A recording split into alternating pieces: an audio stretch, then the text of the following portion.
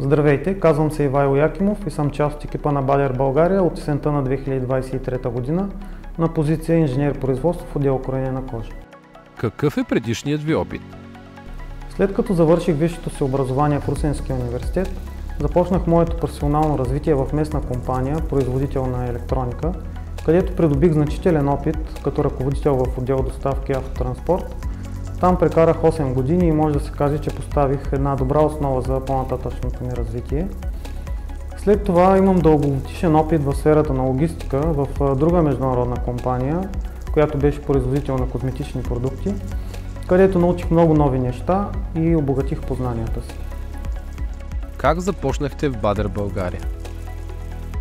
В интерес на истината винаги съм имал желание да се реализирам като специалист в компания като Бадер. След като кандидатствах за отворена позиция в отдел доставки, получих предложение да започна работа като процесен инженер в кроене на кожа. Тази възможност ми се стори интересна и предизвикателна, а и реално това са неща, които винаги са ми били любопитни и може да се каже нещо като хоби още от дете. И така започнах всичко в Бадер. Каква е ролята ви в компанията? Като цяло ролята ми в момента може да се раздели в две основни направления.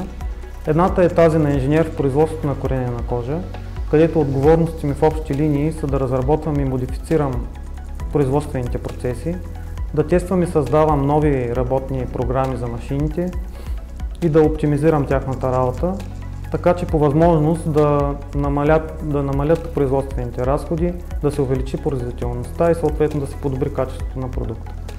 Другата ми роля в компанията е свързана с организацията на дейностите по поддръжката, профилактиката и ремонта на машините, така че да има един гладък и непрекъснат работен процес.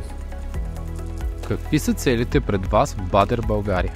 На този етап целите ми са да продължавам да се развивам като специалист в компанията, да уча нови неща, да съм полезен с работата си, разбира се, и да помагам за успешното реализиране на проектите.